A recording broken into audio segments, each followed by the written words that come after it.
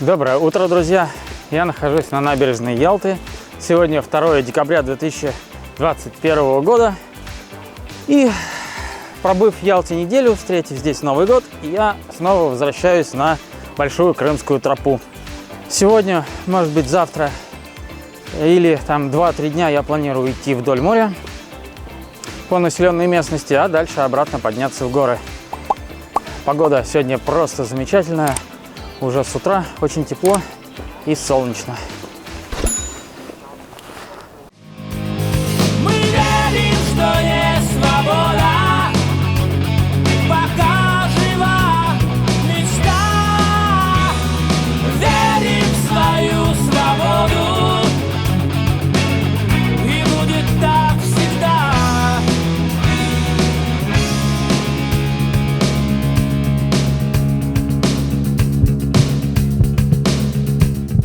С Ялтинской набережной я направился мимо морского вокзала в сторону Массандровских пляжей. На самом деле Большая Крымская тропа, сейчас часть ее уходит в сторону Бахчисарая и Симферополя, но этот кусок трассы я решил не идти, потому что в горах сейчас будет прохладно, опять облачность. И смысла я для себя особого не вижу. Зато сейчас, пока стоит хорошая, отличная погода, можно прогуляться вдоль побережья, возможно, даже пару дней покупаться. Ну и насладиться морскими пейзажами, морским бризом, запахом моря. Поэтому буду двигаться максимально близко к морю, насколько позволят мне дороги. Потому что застройка в районе Ялты, она очень-очень плотная, и не везде можно подобраться к морю или пройти вдоль него. Но буду пытаться, и таким образом дойду до Алушты.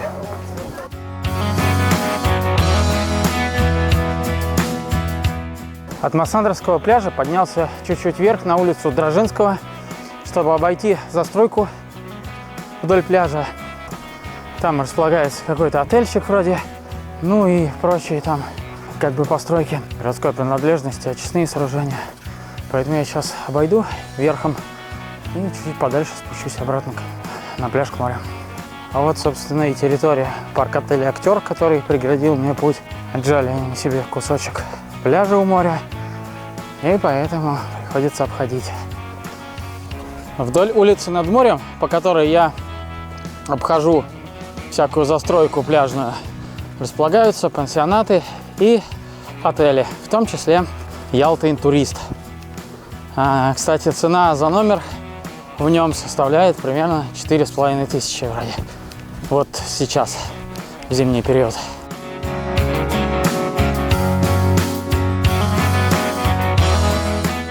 А вот почему, друзья мои, я не иду вдоль моря по пляжу, а поднялся выше. Потому что на береговой линии понастроены всякие заборы, ограждения, частные территории, волнорезы, бетонные сооружения и тому подобная хрень. Ну и раз уж у нас речь зашла о ценах, приведу еще несколько примеров. Я снимал однокомнатную квартиру в центре Ялты в 5 минутах ходьбы от набережной за 1000 рублей. Точно такую же квартиру можно снять и за 3. Это в зависимости от того, как договоришься. Хостел же до Нового года стоил 500 рублей, а в новогодние праздники уже 700.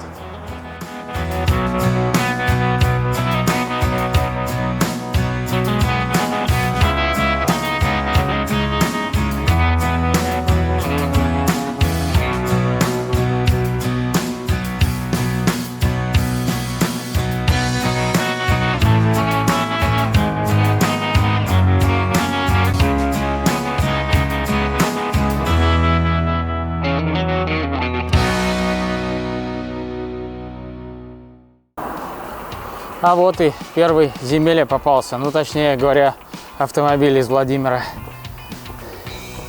Стоит у Пальма де ла Мара отеля какого-то или апартаментов. Непонятно. Кто-то себе строил замок. Строил, да не достроил.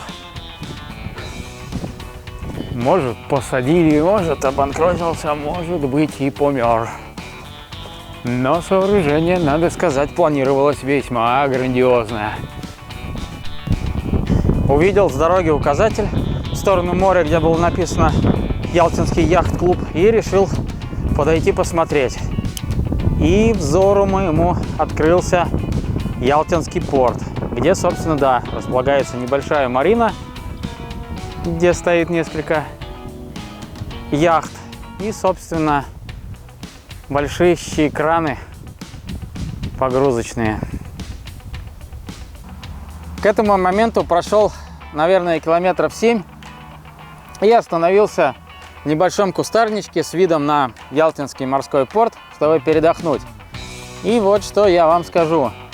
После праздничной недели, проведенной в Ялте, сытного и неправильного питания, нескольких бутылочек пива, первые километры даются очень нелегко. Организму снова приходится втягиваться в пеший режим похода с рюкзаком. Плечи, спина уже ноют. Но это будет продолжаться всего лишь 2 дня первых, а потом организм привыкнет и все наладится. Но пока буду делать остановочки небольшие, хотя бы на 5-10 минут. Тем более, что погода вообще шикарная. Сейчас бы, конечно, выйти на пляж.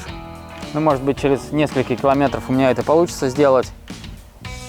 И если он будет достаточно диким, можно даже искупаться. Обошел застройку и ТЭЦ, точнее, очистные сооружения, и спускаюсь одной из курортных улочек к морю. По крайней мере, на Maps.me данная тропа указана.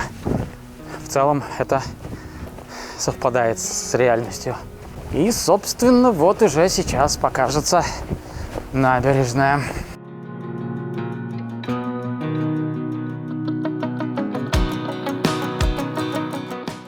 Ну и, конечно же, куда же без шлагбаума. Все обязательно нужно перекрыть, закрыть, огородить, чтобы никто не пролез.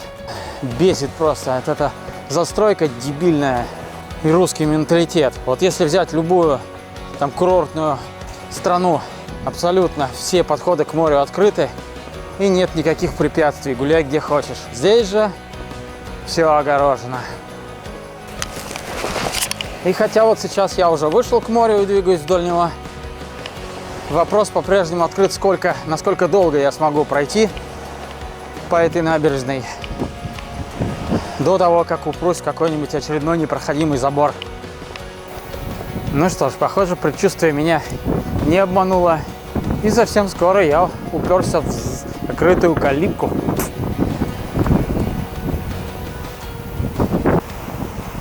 Так что все, придется опять искать выход с территории этих частных бесконечных гостиниц и отелей.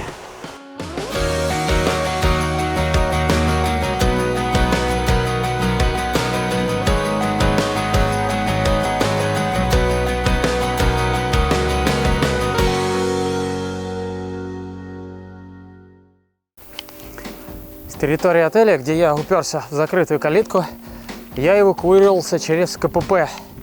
Охранник открыл мне ворота и указал в сторону трассы. Сейчас я вышел на урочище Магарач. Вот, это, собственно, такая вот поляна. Похоже, виноградники высажены здесь. А вот трасса пролегает где-то вот там вот.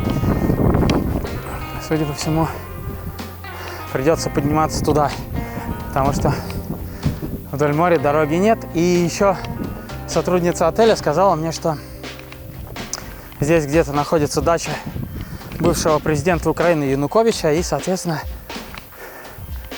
пройти не получится, все огорожено. Вот. Фу, вон за мной пёсель какой-то идет. Пёсель вроде добрый, кусаться не будет. Иди сюда. Иди сюда. Только дать мне ему нечего. Ну иди сюда. Вот трус. Трус ты, пес. Еще и блохастый, похоже. Ой, с рюкзаками хрен станешь. Снова вышел на трассу, Дрожинского. И опять обхожу заборы и ограждения отеля. Кстати, вот сзади меня подъем в ботанический сад, но туда я не пойду. Не хочется лезть вверх. Ну и, собственно, думаю, что цветы нам с вами не особо интересны, там деревья. Поэтому сейчас пойдем лучше обратно, попробуем выбраться к морю на мыс Никитский. Или на мыс Никитина, как-то так. Дорожка провела меня в детский развлекательный парк «Затерянный мир», вход который стоит 300 рублей, но мне туда не нужно. И чуть-чуть левее уходит тропка на мыс Никитский и на мыс Мартьян. Вот, собственно, туда я и направляюсь. Время сейчас уже 2 часа, и потихоньку бы нужно подыскивать место для ночевки, чтобы не оказаться в 5 часов, когда стемнеет, посредине города или посредине улицы какой-нибудь густонаселенной. Но не знаю, как у меня здесь это получится, учитывая то, что как раз вот это вот место от Ялты до Алушты, оно самое застроенное. Практически нету диких уголков. С другой стороны, если мыс окажется довольно диким, безлюдным местом, то, возможно, я поставлю палатку именно там, несмотря на то, что сейчас как бы для этого рано. Но зато спокойно проведу ночь. Ну а вот и первая за сегодня горная тропка на пути к мысу. Забрался в лесок. Сейчас посмотрим, куда меня приведет эта тропка. Блин, какой же сегодня чудесный день. Стоит просто жара неописуемая. Градусов 20, по-любому, не меньше на солнце. Фу, очень тепло. Кайфово.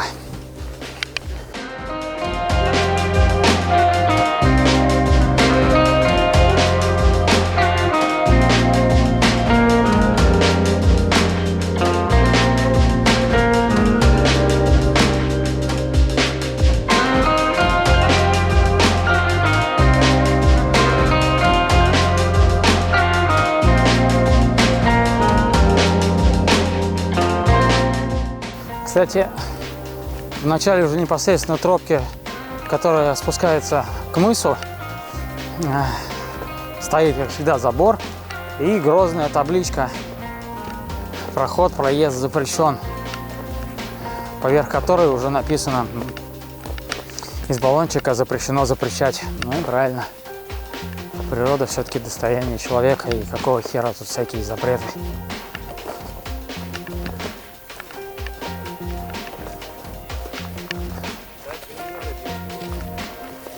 Я не фотки делаю.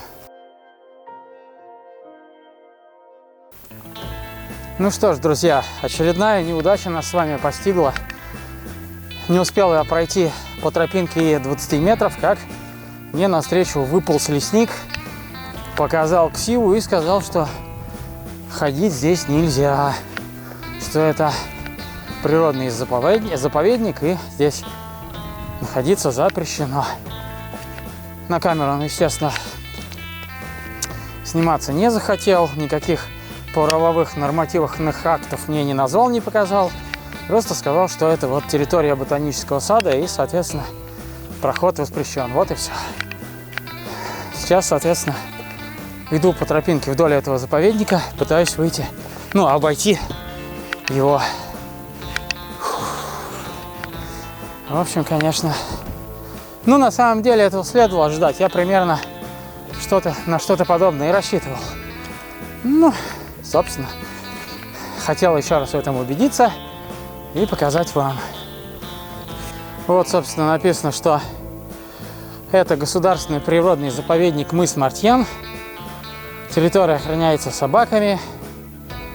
И они вас по-любому там загрызут до смерти, если вы туда пойдете. А если не загрызут собаки, то загрызут злобные егеря. Вот такой вот расклад. Ничего в России, в том числе и в Украине, обычному человеку нельзя. Зато можно все абсолютно богатым олигархам, которые настроили себе дач, собственно, рядом с этими всеми ботаническими садами и на побережье Черного моря. Посидел сейчас на лавочке, отдохнул, проштудировал карту и принял решение подниматься от моря в горы. По той простой причине, что после этого самого Никитского ботанического сада начинается дача Олег Первого, олигарха, виноградники, его же несколько пансионатов и санаториев, дальше Гузуф и огромная территория Артека. Собственно, в силу этих причин побережьем там уже все равно не пройдешь. А вот горами над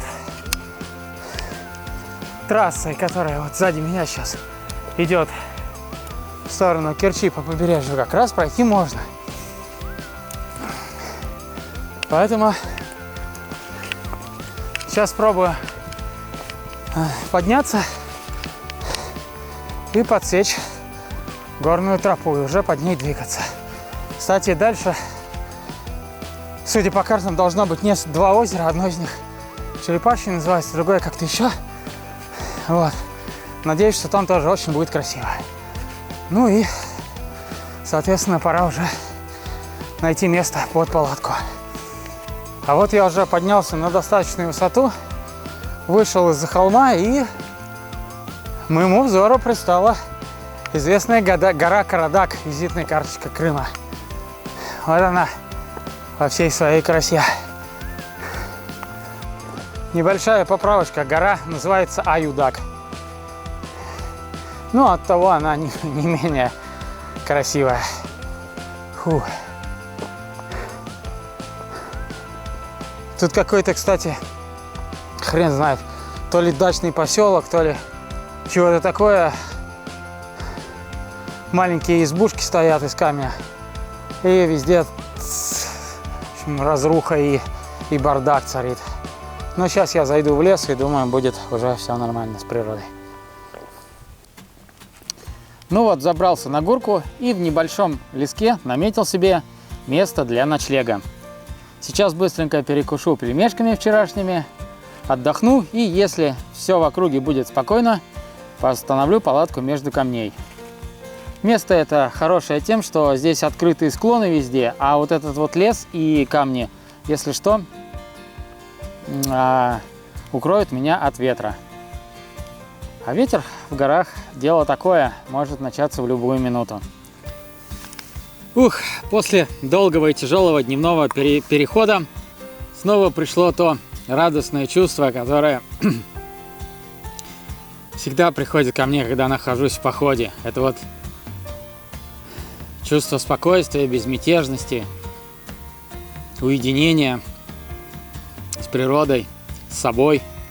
Приходишь в какую-то гармонию с окружающим миром и наслаждаешься каждой секундой. Что ж, я уже установил палатку и скоро полезу в свой плащевый домик отдыхать. Сегодня выдался трудный день, потому что он был первый, и пришлось втягиваться в новый походный ритм. Поэтому лягу пораньше, чтобы как следует выспаться. Ну а над Крым тем временем опустился вечер, солнышко запустилось за горизонт, оставив после себя розовую дымку над морем.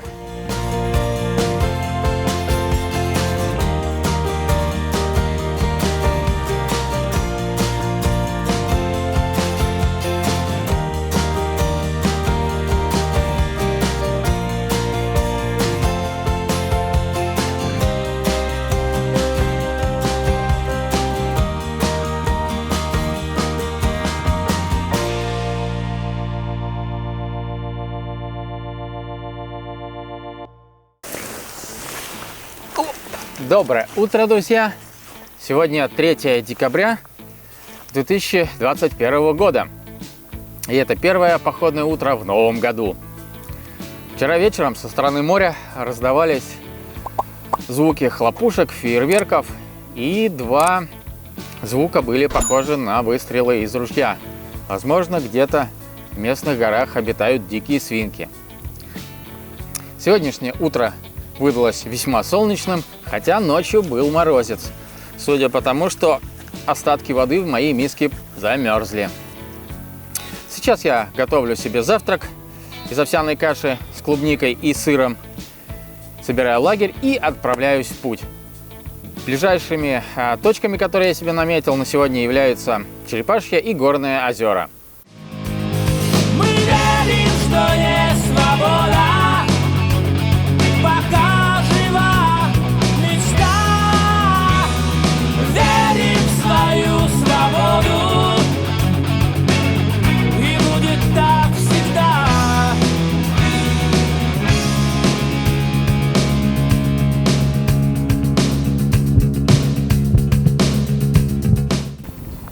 Ну вот, снова вернулся на тропу, и, конечно же, здесь новый указатель — Ялтинский горно-лесной заповедник. На самом деле, вся вот предыдущая тропа от Балаклавы, она на самом деле и пролегала тоже по заповеднику, в который теоретически нельзя заходить, но тогда смысл вообще посещать Крым и гулять попросту нет смысла, да и негде. Поэтому кладем на это огромный столовый прибор и идем дальше. А слева от нас возвышается величественный Аюдак. Ну и вот очередная надпись: проход, проезд запрещен. Внимание, шипы. Ну, шипы, я так понимаю, что от автомобилей.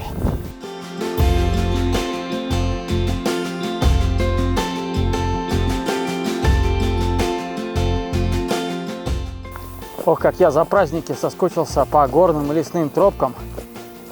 Иду сейчас и просто кайфую. Еще светит солнышко, что не может не радовать, поэтому весь лес, дорога, листва, деревья, все играет яркими красками. Особенно, конечно, хороши пейзажи моря с высоты этой горной полочки. Кайф.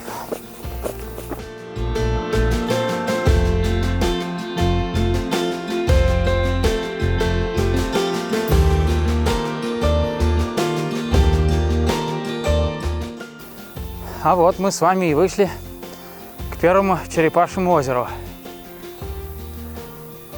Собственно, здесь находится какая-то, ну, типа база или зона отдыха. Здесь вот пирс и прогулочный катамаран, а там дальше дом уже побольше и моторная лодка стоит припаркованная. Ну и что вы думаете, друзья? Подошел я к Черепашьему озеру, сделал несколько кадров, и тут же ко мне подбежало двое бравых лесников, которые, конечно же, сказали, что находиться здесь запрещено. Вообще во всем Ялтинском заповеднике находиться запрещено. Ну, дальше у нас состоялся довольно долгий разговор, а как же вообще, ну, передвигаться тогда по трассе, где машины ездят, и по улицам городов.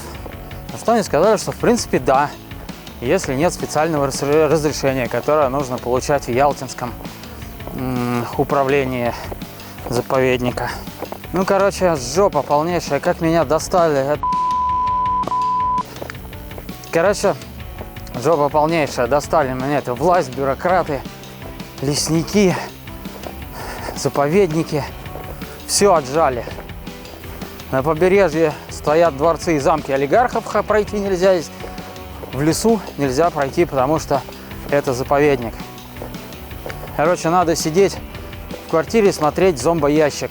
Ну, по логике нашего гребаного государства. Ну, в Ялту я, конечно, уже возвращаться не буду за этим разрешением, если даже оно и существует, потому что это очень далеко. Но все-таки буду прорываться вперед и пробовать обходить эти все гребаные кордоны. Вот стою сейчас на скальной полочке, любуюсь окружающими пейзажами и думаю, как идти дальше. Я планировал после Черепашьего подняться до Горного озера. Это по той же тропе, вот прям в ту сторону. Но там по карте Maps.me тоже отмечен кордон. И, соответственно, там тоже могут принять меня. И эти лесники грозились штрафом 4000 рублей. Не хотелось бы, конечно, реально на него нарваться. Поэтому, наверное, спущусь сейчас чуть-чуть ниже и пройду вот над трассой вот до тех вот виноградников, которые на заднем плане. И уже там по тропе дальше пойду. Попробую как-то так, наверное. Хотя бы обойду вот этих вот лесников. А если поймают следующие, то опять скажу, что ничего не знаю. Никаких знаков не видел. Ну, придется как-то так вот отмораживаться и включать дурака, потому что по-другому никак.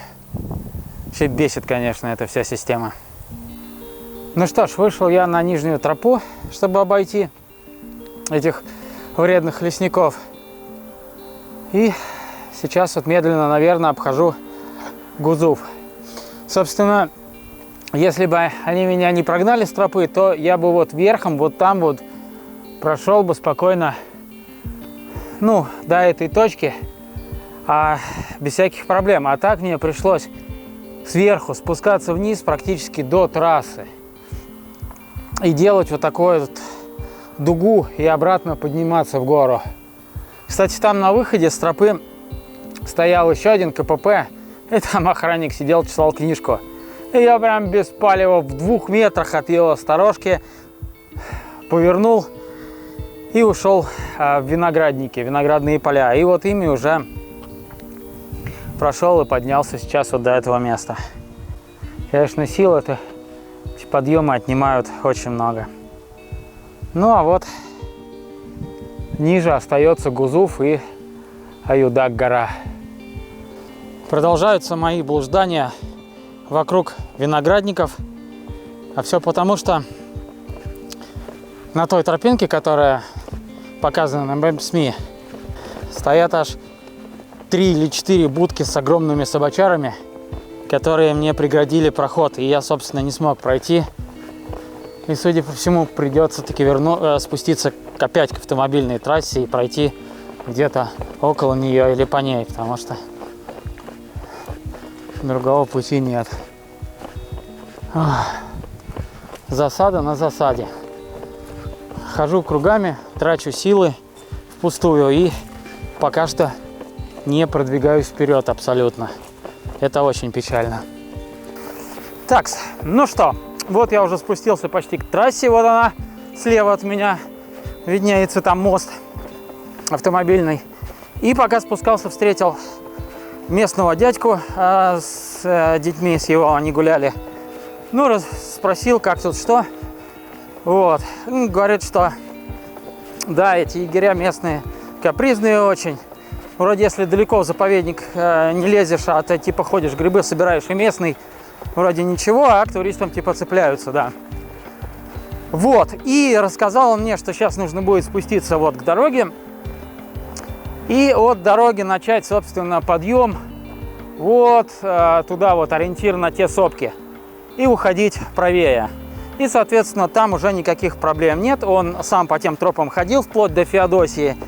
И, соответственно, сказал, что я без проблем тоже доберусь. Поэтому сейчас спускаюсь к мосту, прохожу его и начинаю подъем снова в горы. Надеюсь, уже беспрепятственный. Ну вот, очередная попытка выйти все-таки на горный хребет и пойти по нему в сторону Феодосии. Сейчас поднялся на некое плато, опять-таки засеянное виноградниками. Ну и на заднем плане все ближе и ближе становится видно Аюдак. По карте должно было быть озеро лесное. Но, как мы видим, все высохло и осталось лишь болото.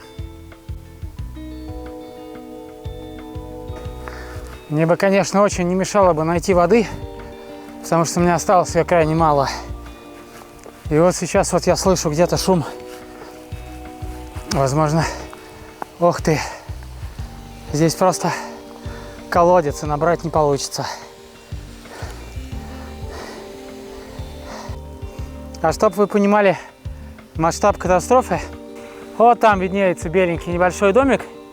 Я, собственно, как раз совсем недавно был с другой его стороны и не смог пройти вот по тропе.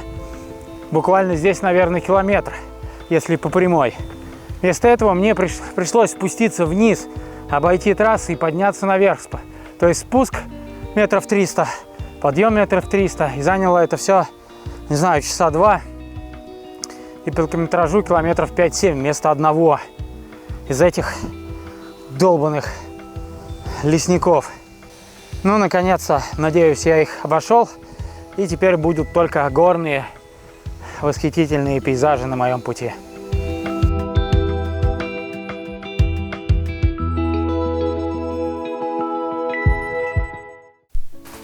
Фу. Вот снова начались крутые подъемчики в лесу. Ой, как неохота ползти вверх-то. Тем более в конце дня, когда уже сил осталось мало. Но надо идти. Дело близится к вечеру. И надо еще успеть найти место для установки палатки. Сейчас полчаса 4-го. И с одной стороны, надо бы, конечно, еще идти, потому что есть еще 1,5 часа светового времени в запасе, и можно пройти порядка 5-7 километров еще. Но что-то я отдал сегодня все силы в борьбе с лесниками, поэтому решил стопорнуться вот на этом местечке возле высохшего озера. Единственное, место красивое, но единственный минус, что здесь сходятся сразу 3 тропы, и если лесники опять же поедут проверять свои угодья, они меня могут увидеть. Но будем надеяться, что этого не произойдет. И я спокойно переночую. А вот завтра тут уже вдалеке есть поселок в 3, по-моему, километрах. Там есть магазин, можно попробовать пополнить запасы газа и роднички, то бишь набрать еще и воды питьевой. Ну вот, а пока как-то так. Место очень живописное. Вот, собственно, передо мной само озеро, вокруг лес, а рядом хребет горный. Ну а завтра мне предстоит путь вот туда вот, в сосновый лес. Приспособил себе лавочку из бревнышек и сейчас сяду, приготовлю ужин. Начинает темнеть, и я уже поставил лагерь, поужинал. Вроде пока никто не объявился, будем надеяться, что так будет и дальше. Ночь пройдет спокойно. Кстати, как ни странно, в Крымских горах очень сложно найти ровную площадку для палатки, даже для такой маленькой, одноместной, как у меня. Ну вот, вроде притулил ее рядом с деревом. Вроде бы вписалось довольно неплохо. Потому что на неровной поверхности спать довольно неудобно. Спальный мешок скользит по коврику. И, соответственно, ты ночью скатываешься в угол палатки. Что не есть хорошо. Вот и готовится ко сну. Скорее всего, заката сегодня не будет как такового, потому что солнце уже давно скрылось за горный хребет. Первый раз я, по-моему, ночую возле пересохшего озера. Вроде озера, а вроде его и нет. Но зато здесь низинка, и опять-таки не будет продуваться ветром. Вчера, кстати, я очень грамотно поставил палатку среди камней, потому что ночью все-таки ветер разошелся и задувал по верхушкам деревьев. Ну, а мне было очень даже комфортно, меня он не доставал. Завтра нам предстоит снова трудный день. Я посмотрел по карте, есть вроде тропка с подъемом на самый верх хребта, но там перепад высот 1000 километров. Собственно, 1 километр, и, соответственно, будет непросто. Смотрите, как интересно на небе облака расположились. Вот над хребтом, как 2 белых крыла расходятся в стороны от вершины. Вообще природа очень замысловатые иногда рисует пейзажи. Природа самый главный художник. Человек никогда не сравнится с ней в мастерстве. Наступило мое второе утро на маршруте в новом году. Я продолжаю свой путь по Большой Крымской тропе и сейчас нахожусь в горах возле Гурзуфа.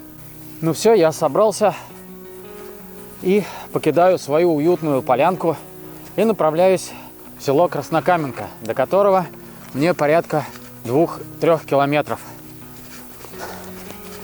Там буду пробовать пополнять запасы воды, газа и продовольствия.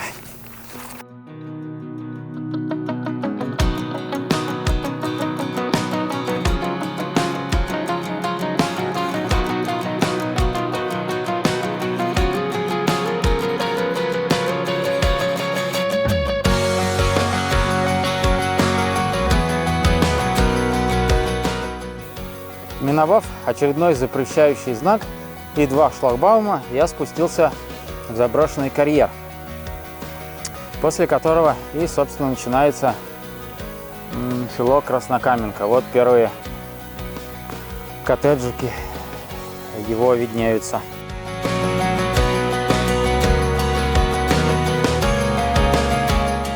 Начал свой подъем в горы, и снова на пути мне попались озера. И где-то, судя по карте, здесь располагаются кемпинги. Хорошо бы это было бы просто кемпинги, а не очередные кордоны лесников. Но сейчас буду пробовать прорываться.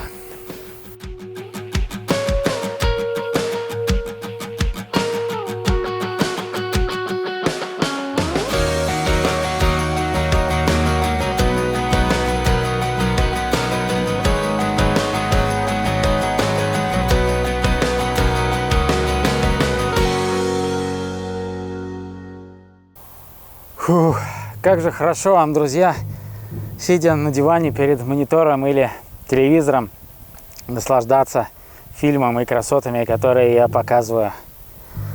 В то время как я на подъеме отдаю абсолютно все силы. Решил идти на высочайшую точку Крыма, гору Роман-Каш, высота которой составляет 1545 метров. Фу, и отдал на подъеме абсолютно все силы. Сейчас вот присел на камешек, греюсь на солнышке и отдыхаю. Фу, ребзя, набор высоты меня просто убивает. Я же в магазине купил запас воды, тащу 6 литров. Это жесть просто какая-то. Еще идешь как сапер по минному полю, все время озираешься, нет ли где поблизости егерей. Фу. И мне еще километр высоты нужно набрать, чтобы подняться на плато.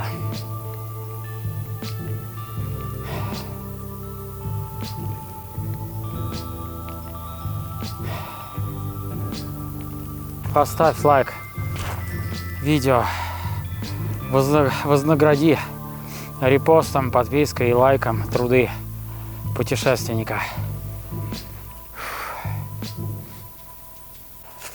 Очень зверские подъемы, ребята, я вам скажу.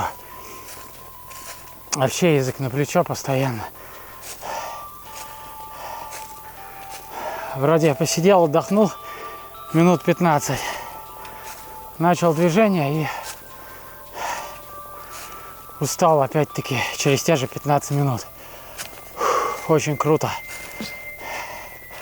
Градусов 45 подъем. Еще и листва под ногами, за которую, наглинен такой, на земле, за которую не очень хорошо ботинки цепляются и проскальзываешь. Фух. Просто жесть.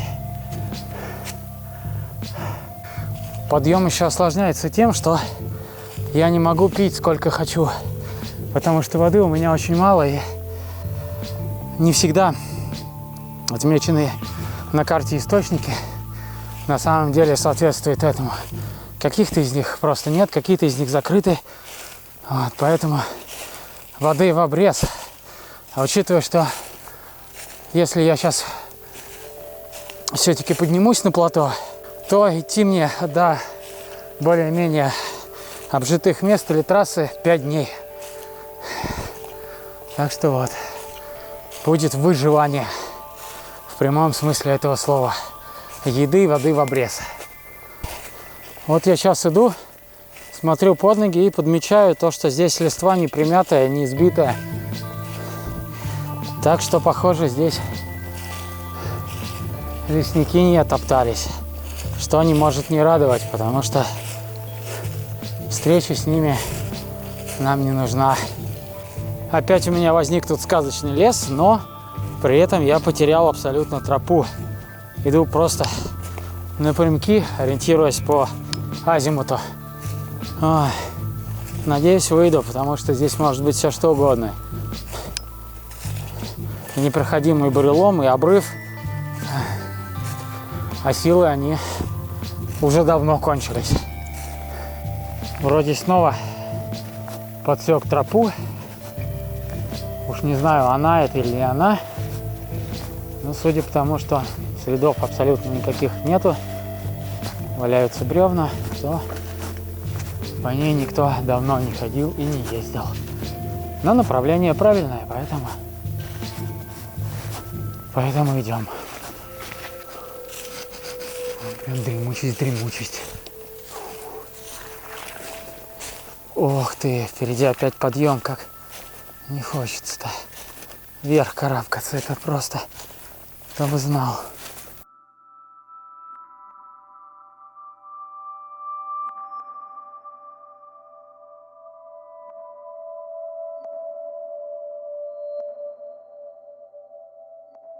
Дело медленно, наверное, движется к закату. Скоро солнышко опустится за кроны деревьев. И, свернув с тропы, я подсек очень классное местечко для лагеря. Здесь вот находится такое упавшее дерево, которое послужит мне удобной лавочкой, а перед ним ровненькая полянка для палаточки. Сейчас время 4:30, и до вершины Роман Кош мне осталось порядка 6 километров. Выходить туда сегодня я и не планировал, потому что там плато и открытая местность, и если, не дай бог, появятся егеря, конечно же, они меня там легко заметят. Поэтому решил остановиться на подходе к горе, тем более, что вот удалось найти удобное для этого место. Что ж, разбиваем с вами сейчас лагерь, готовим ужин. Я купил солененькой капустки с клюквой, чтобы восстановить силы. Будет очень вкусно и питательно. Пораньше ложимся спать, отдыхаем. И завтра утром отправляемся на штурм вершины с новыми силами. Доброго утречка, друзья! Я только что проснулся и вещаю из своей маленькой палаточки. Сегодня поставил будильник на 7 часов утра, но проснувшись, обнаружил, что еще на улице темно. Поэтому перевел на 8.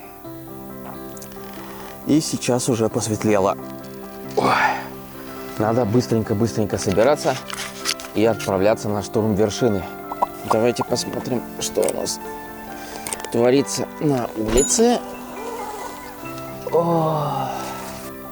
Прошло полчаса, лагерь собран. И традиционный завтрак. Овсяная каша с яблоками, сыр с хлебом и сегодня 2 конфетки. Ура! Мы верим, что есть свобода, пока жива мечта. Верим в свою свободу, и будет так всегда.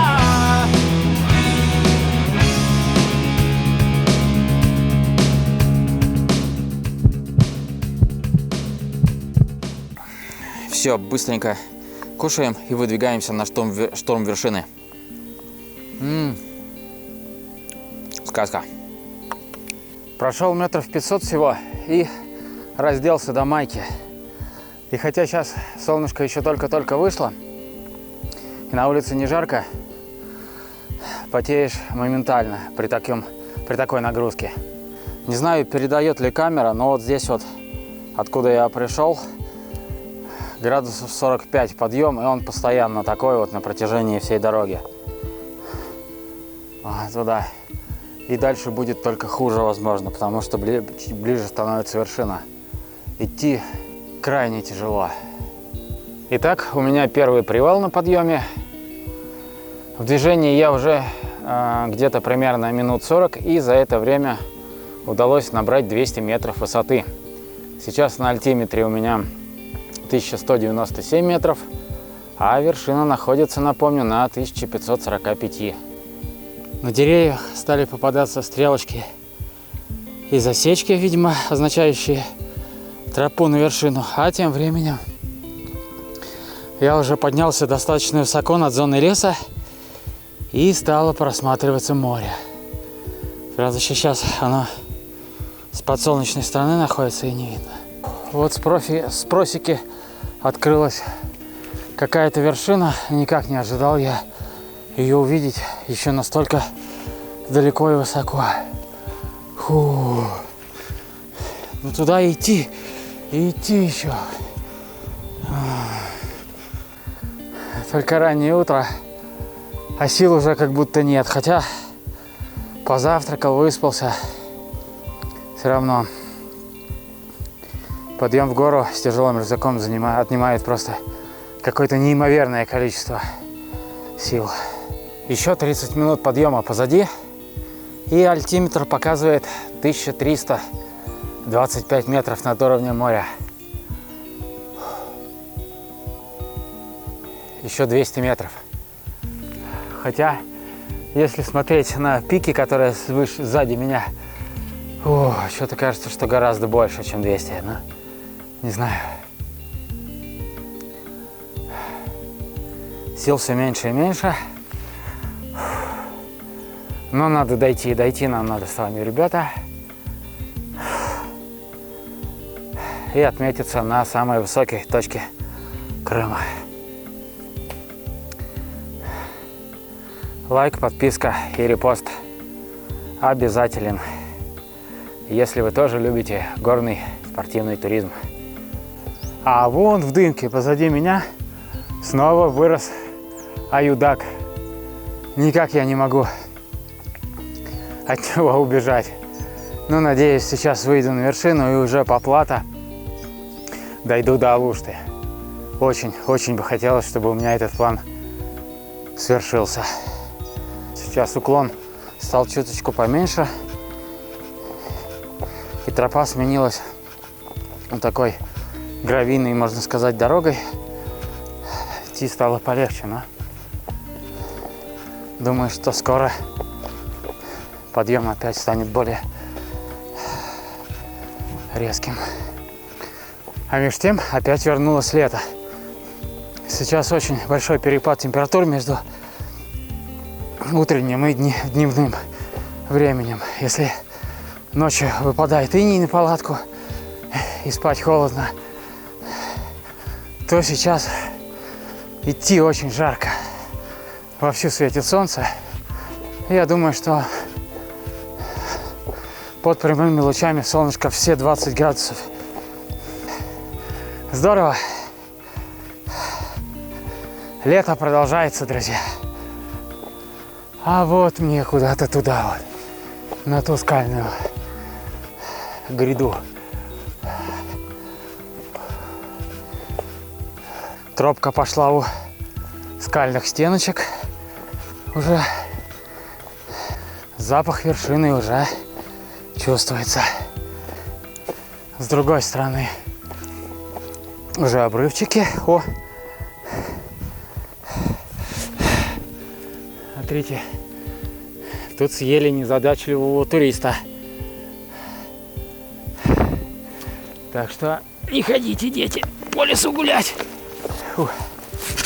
Ну так вот, слева от тропки уже приличный такой высоты каньончик, а справа еще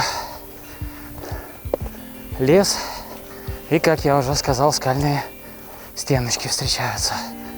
В общем, довольно разнообразно и красиво. Ну вот очередной шлагбаум, куда же без него. И за ним сейчас, скорее всего, будет какая-то пропасть. Ух ты, какая живопись открывается за шлагбаумом. О, здесь раскинулось горное ущелье. И напротив как раз вот на скале такие каменные уступы по типу лесенки, уходящие на вершину. Очень красиво. Ну а мой путь лежит прямо. Горы все выполаживаются уже, и есть уже ощущение скорой вершины. Вот там, наверное, уже седловина, перевальчик, и дальше уже пойдет выход на вершину. Ну, я так предполагаю. Сейчас посмотрим.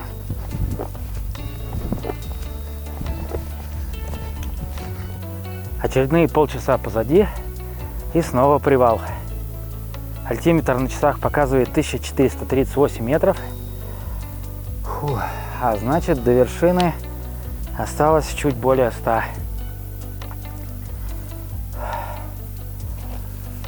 Фу. Очень хочется быстрее зайти и расслабиться. Ну вот я и вышел на перевал. Здесь располагается небольшое плато, от которого в сторону расходятся несколько троп. Мой путь лежит вот туда вот налево наверх, на вершину, а за моей спиной располагается уже другая сторона хребта Крымских гор, и там находится уже Бахчисарай, Симферополь, вот, и крымская низменность. Ну что ж, мне пора продолжать восхождение. Осталось совсем чуть-чуть, друзья, совсем чуть-чуть. И мы с вами покорим наивысшую точку Крыма. Здесь уже завывает ветерок вовсю. Только посмотрите на это. Какая красота. Вот с этой точки гораздо видно. Вот за ее спиной располагается ущелье. И где-то там за ним в долине лежат города Бахчисарай и Симферополь. Сказочный вид, можно любоваться часами. Мне кажется, просто сидя здесь на травке и греясь под солнышком.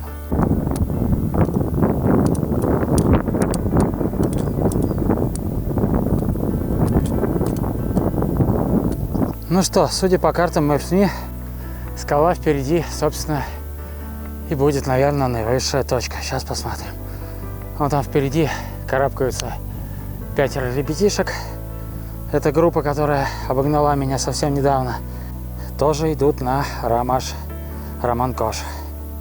Фу, ну вот, вылез на плато. И вон там вот на горной гряде метрах с 200 стада оленей. Ну, камера не возьмет, конечно, но вон. Все спустились, а один он идет по самому гребню, наблюдает за мной.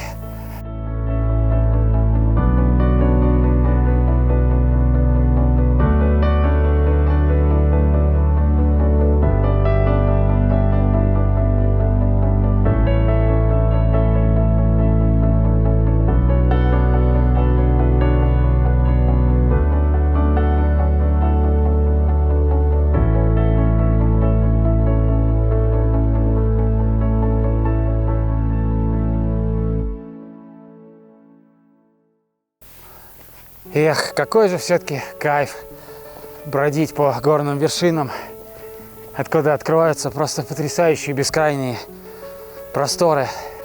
Глаз никуда не упирается, и взгляд летит далеко-далеко. Ощущаешь себя словно птицей, парящей в небесах.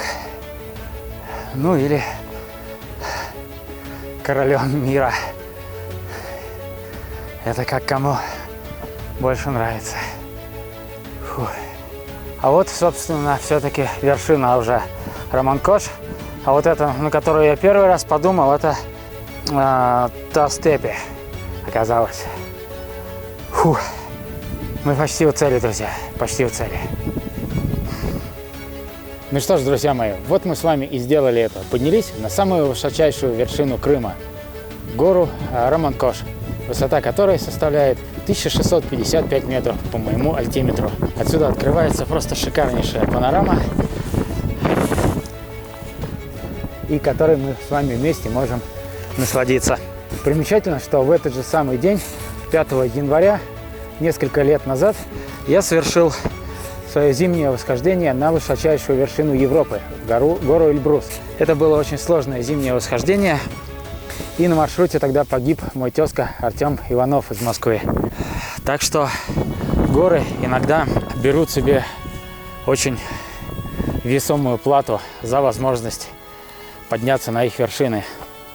Но крымские горы гораздо проще в этом смысле, поэтому путешествуйте, друзья.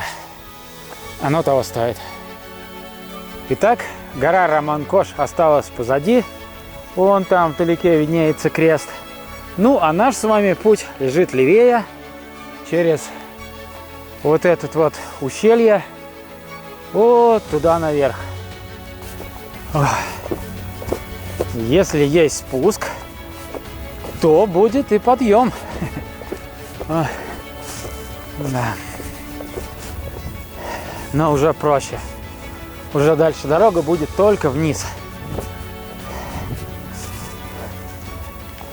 Всегда, когда пересекаю вот такие вот подобные открытые места с тундрой или каменной пустыней, всегда вспоминаю какой-нибудь фантастический космический роман, где главный герой попадает на необитаемую планету и исследует ее.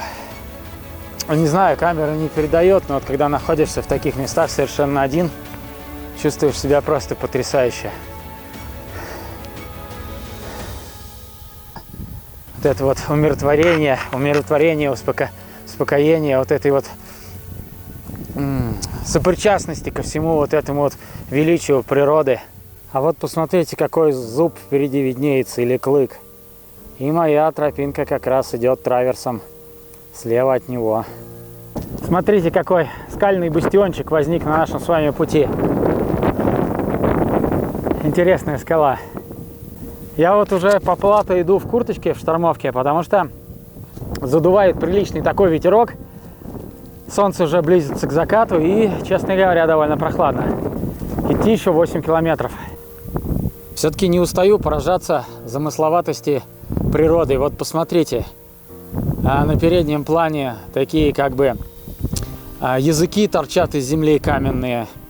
А вот чуть дальше там вообще как будто рукотворная стена, практически ровная, отвесная идет.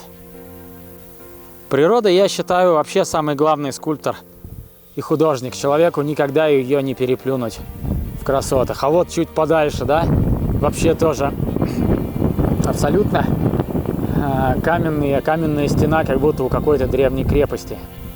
Выглядит все, конечно, сказочно. Вау, какая здесь все-таки красота! Мы точно, ребята, с вами попали на какую-то другую планету. Это не Крым. Давайте так думать, что это еще никем не изведанная, только наша с вами планета. Красота, простор, свобода!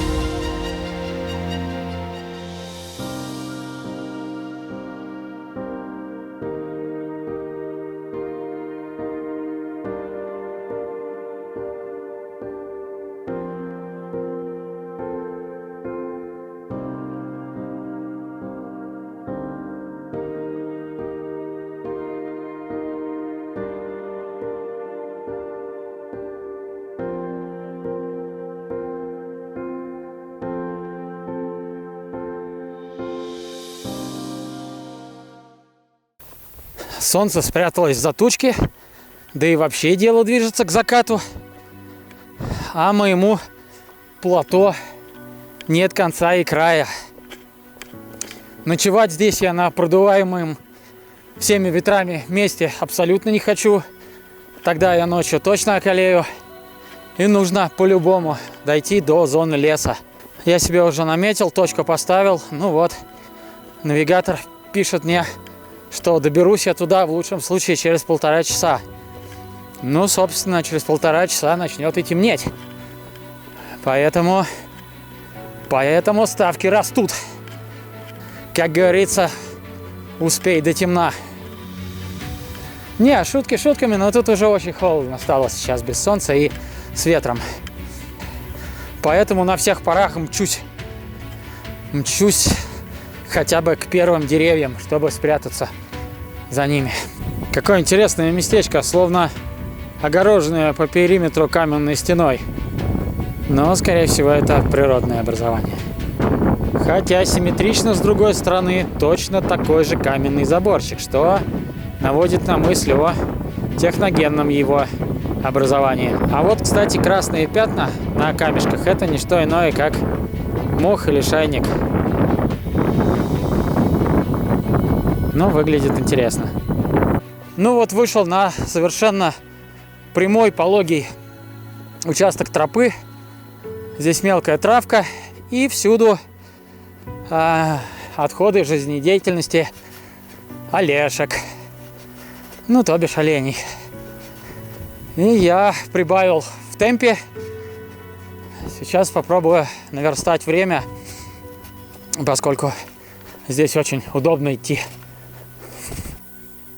Ну вот, наконец-то я начинаю свой спуск с плато в зону леса. И вот впереди виднеется море. Правда, оно в дымке, но все равно красиво. Силы начинают потихоньку меня оставлять. А тут, как назло, еще скальный спуск крутой. В общем, подарок перед ночлегом. Уже даже рюкзак не отстегиваю, заваливаюсь на землю, прям на него. Лежу 10 минут и продолжаю путь. Валяюсь прямо под елками, смотрю на шишки, на иголочки и на пасмурное хмурое небо. По прогнозу хорошие деньки заканчиваются и начинаются дожди. Дамы и господа, нашему взору с вами открывается уже часть Алушты. Вот там в ущелье ее можно просмотреть. Завтра я сюда буду спускаться. А сейчас все-таки надо прийти в зону леса и поставить там палатку. Ну вот, наконец-то показался тот самый лес, в который мы с вами спешим попасть, чтобы укрыться от ветра и поставить палаточку. А уже еще очень давно хочется жутко есть. Сегодня, наверное, самый тяжелый день за все время похода и по километражу, и по подъему вверх. Так что кушать хочется зверски. Скорее бы найти подходящее место для установки палатки и быстренько сварганить ужин. Только одна эта мысль пока в голове сидит.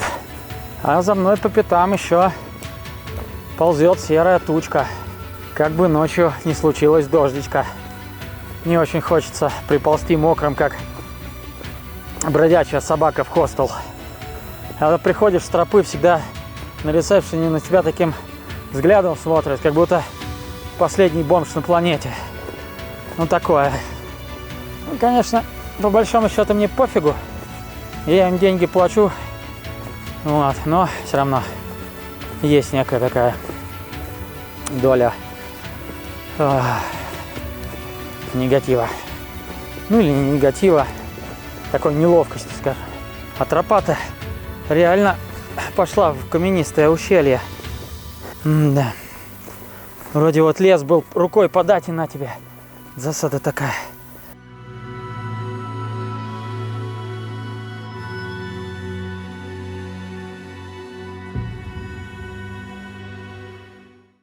Итак, друзья, мы с вами снова в сказочном лесу. Осталось найти место для палатки.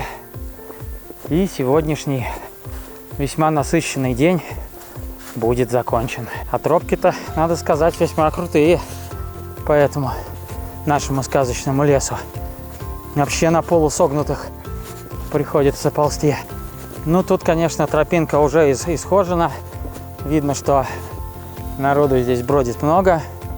И пока, кстати, не попалось ни одного шлагбаума и таблички «Ялтинский заповедник».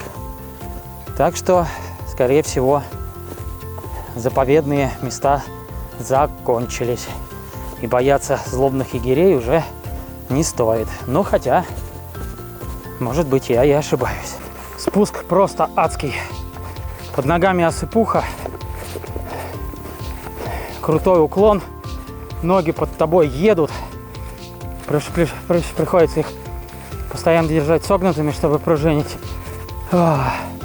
Отнимает все последние прям силы, которые у меня остались. Мне кажется, вообще не осталось сил, но идти надо, потому что здесь негде ставить палатку. Так, Ребзя, надо успеть. Надо успеть до темноты. Сжать волю в кулак, сжать булки. Идти. Я нашел эту точку, где обозначен кемпинг. Здесь есть ровная площадка.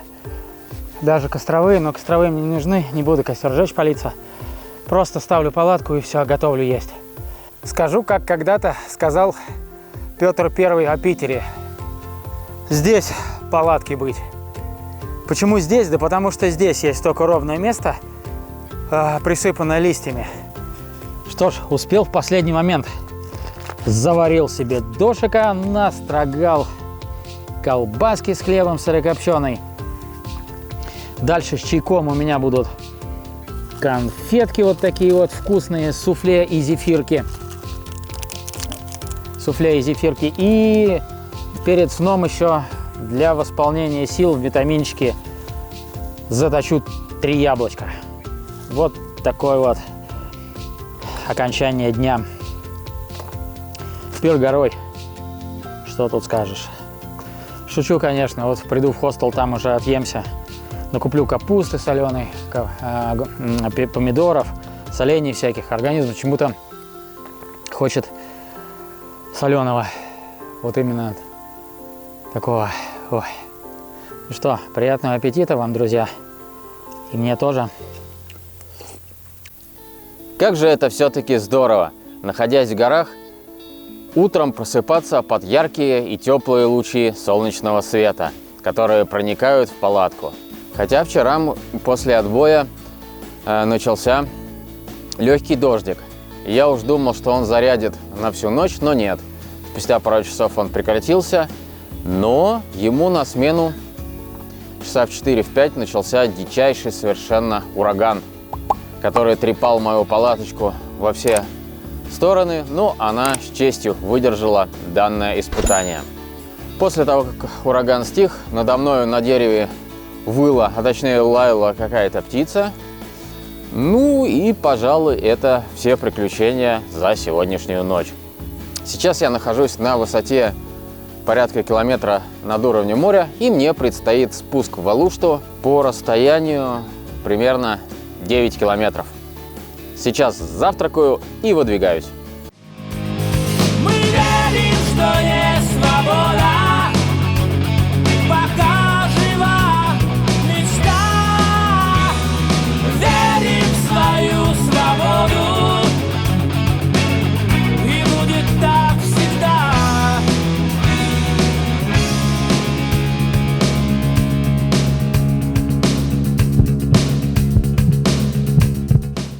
Дорога от места моей ночевки, вопреки моим ожиданиям, оказалась пологой.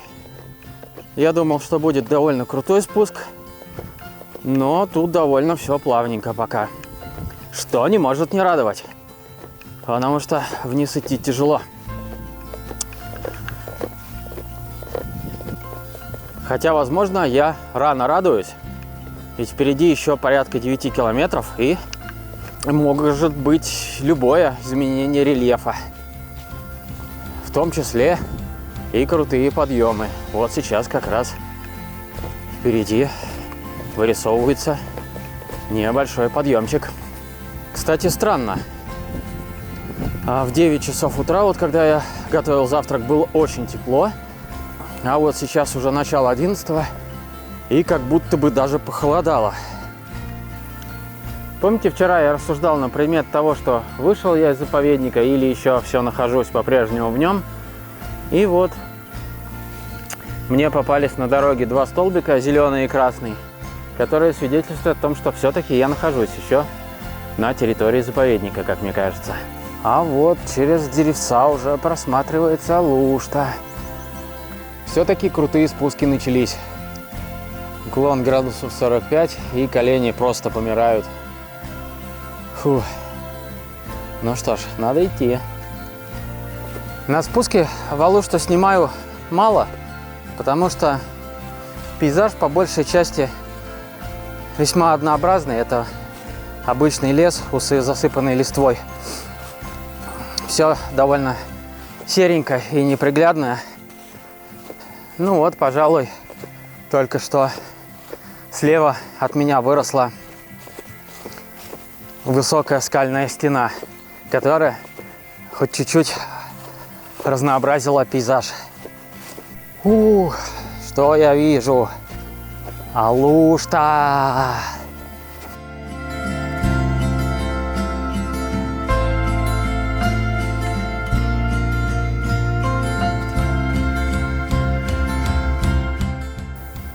А вот при выходе в город Алушта обнаружилось интересное место, которое, кстати, отмечено на Maps.me. Это Кромлекс, древнее место силы.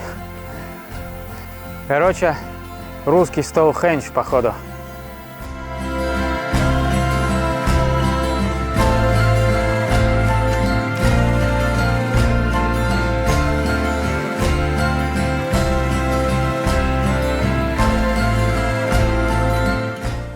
А рядом с этим местом силы, кстати, находится трасса мотокросса. Вон там за моей спиной.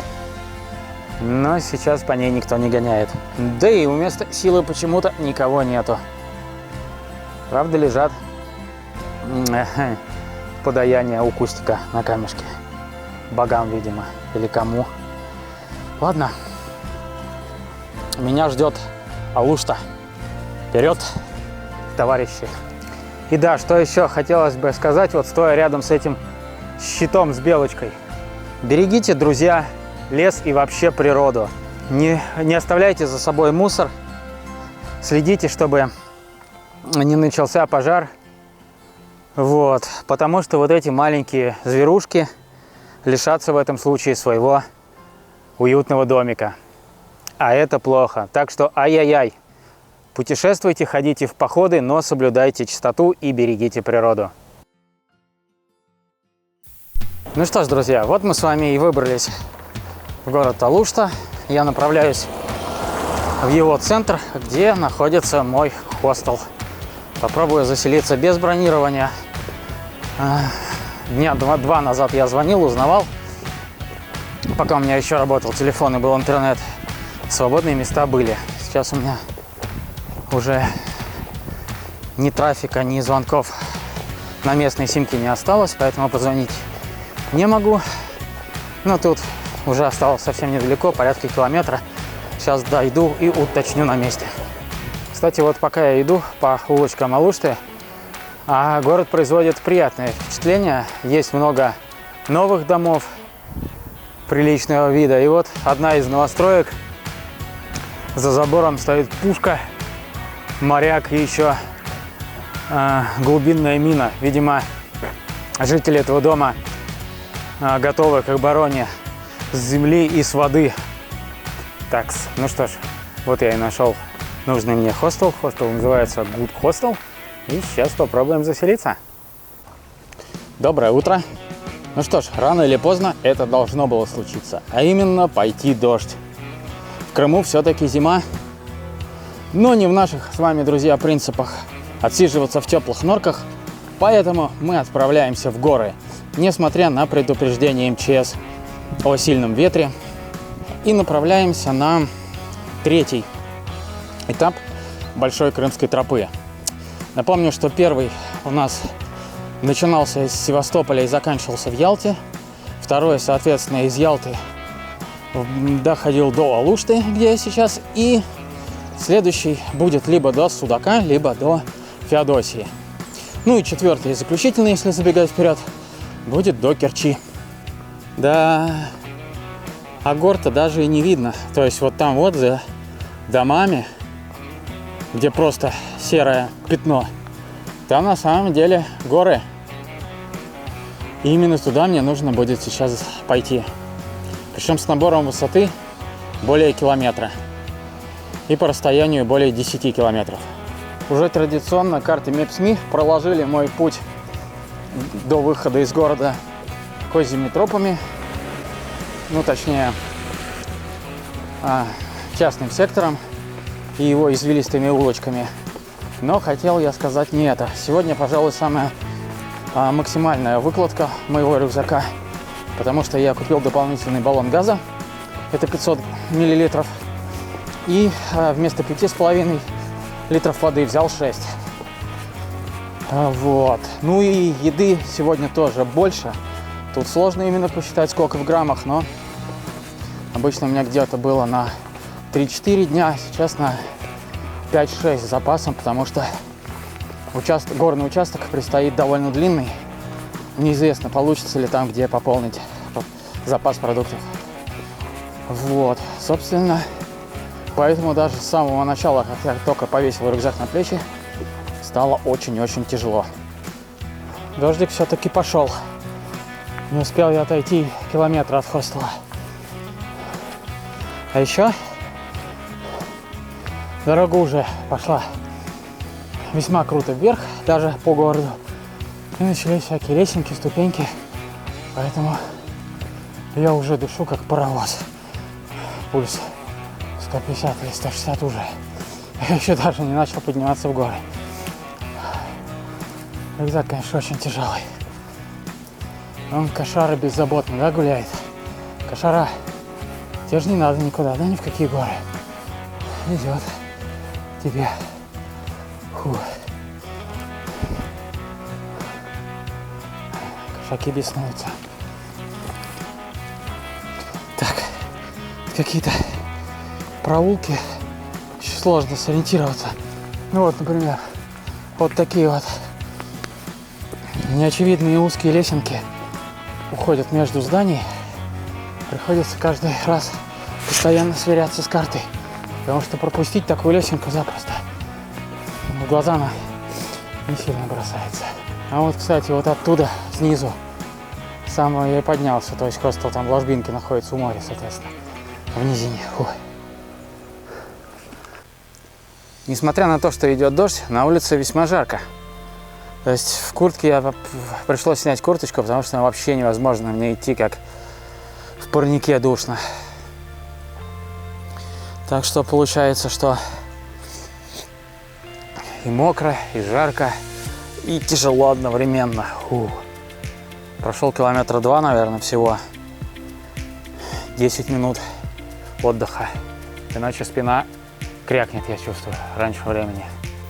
Ну вот, типичная окраина Алушты, ну и вообще любого курортного городка нашего юга.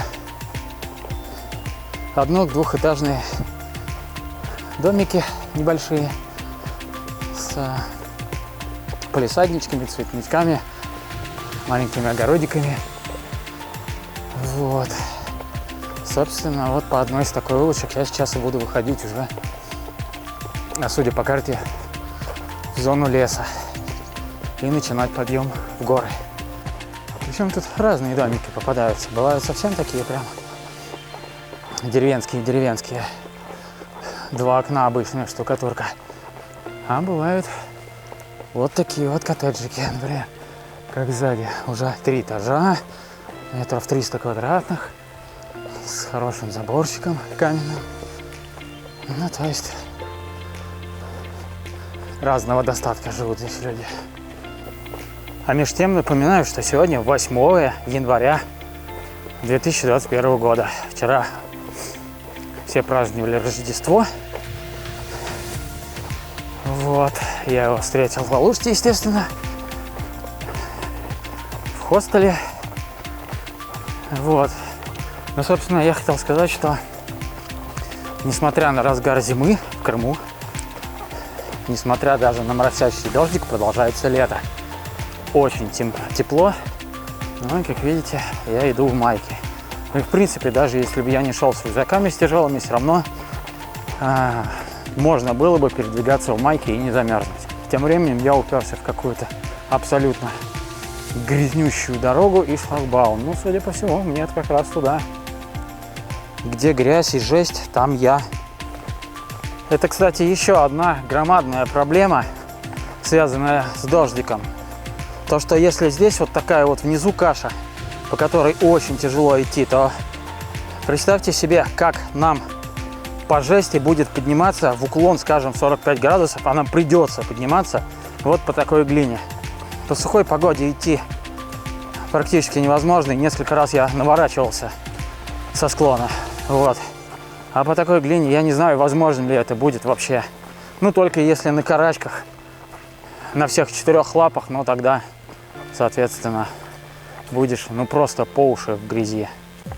Нас с вами выручит только одно: если склон, где мы будем подниматься, будет хотя бы немножко каменистый. Не чистая земля и глина, а камни. Тогда их можно хоть как-то будет использовать либо как ступеньки, либо как зацеп для протектора. В противном случае это будет полный абзац. Ох, это такая полянка с обзором на 365 градусов. Фу, ну все, вот и прощай, Алушта. Привет, привет, горы. Глядя на эту, мягко говоря, нелетную погоду, которая меня окружает, у вас может возникнуть резонный вопрос. А нафига вообще в дождь переться в горы? Не проще ли посидеть и переждать?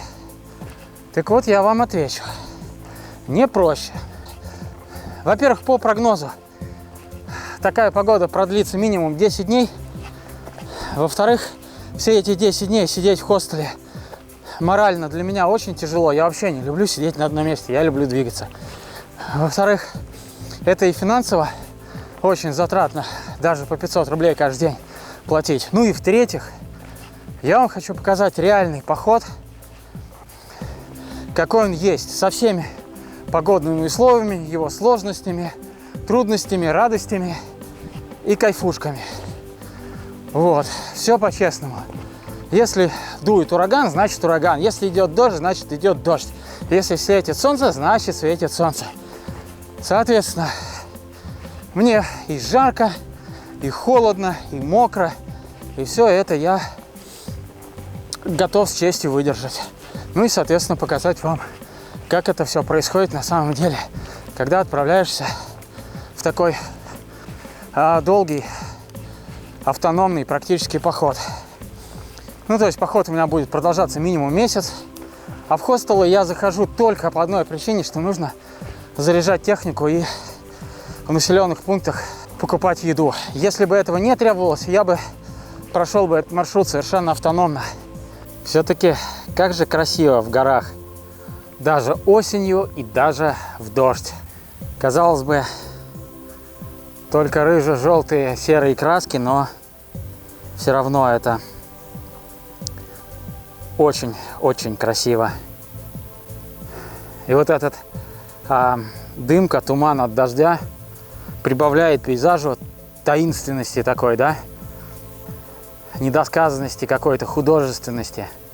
Сразу кадр получается киношным. Классно. Погода все больше и больше портится. Дождик становится все сильнее и сильнее. И резко похолодало, потому что я вышел уже на определенную высоту, и здесь поднялся ветер. А ветер плюс дождь — это не есть хорошо. Ну и дорога пошла еще вдоль кладбища. Собственно, довольно довольно ободряющий знак, так сказать, в походе. И тут я могу дать вам один ценный совет. Если вы в походе начинаете замерзать, то ни в коем случае главное не останавливаться. Надо просто идти еще более быстрее или энергичней, чтобы работа ваших мышц вас согревала. Это единственный вариант. Хотя, как правило, человеку, когда он замерзает, наоборот, хочется остановиться, съежиться, скукожиться, но вот это как раз и не нужно делать. Если у вас нет возможности спрятаться куда-то в теплое место, под навес или в палатку залезть в спальный мешок, то просто идем. Превозмогаем усталость и идем. Ну и пока вы будете двигаться, вы не замерзнете, скорее всего. Ну, если это, конечно, там не минус 50 и не снежная тайга, там уже, наверное, будет каранты. В любых других случаях это хороший способ согреться. А тем временем я снова вышел в какую-то деревушку. Ну, оно и понятно, раз есть кладбище, значит, есть рядышком какое-то поселение. Ну, вот оно, кладбище, с которого я пришел через вот эту вот ложбинку. А вон там, совсем вдалеке, виднеются первые домики Алушты и, собственно, море. Оттуда я вышел утречком. Вот смотришь, и кажется, что недалеко, вроде рукой подать, а на самом деле довольно далеко. И по времени я уже иду довольно много, и по расстоянию.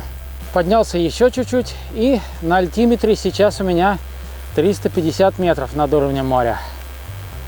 Фу, а путь мой лежит вот на ту гряду горную. Там уже будет более километра. Ну, там, конечно, все в молоке, ничего не видно. В общем, будет вторая серия остросюжетного приключенческого фильма «Ежики в тумане». Давайте подписывайтесь, кто еще не подписался. Ставьте лайк, делитесь видео с друзьями. Ну и продолжаем этот путь вместе. Увидел очередной запрещающий знак. И, конечно же, решил подойти ознакомиться, что же там у нас запрещено. В итоге запрещена у нас охота без соответствующего разрешения. Ну, это не по нашу душу. А рядом со знаком вот такая вот штука растет. Это пупыр с дырочками. Непонятно, что это такое. Ну, хрен с ним. Там у нас коняшка пасется, смотрите. Колокольчиком делебонькает. А чуть правее находится водохранилище с бирюзовой такой классного цвета водой. Ну что ж, а нам с вами все выше и выше и выше, вот туда. Я сейчас бы, конечно, сесть на коника и проскакать всю эту тяжелую тропу, но, увы, коник не мой.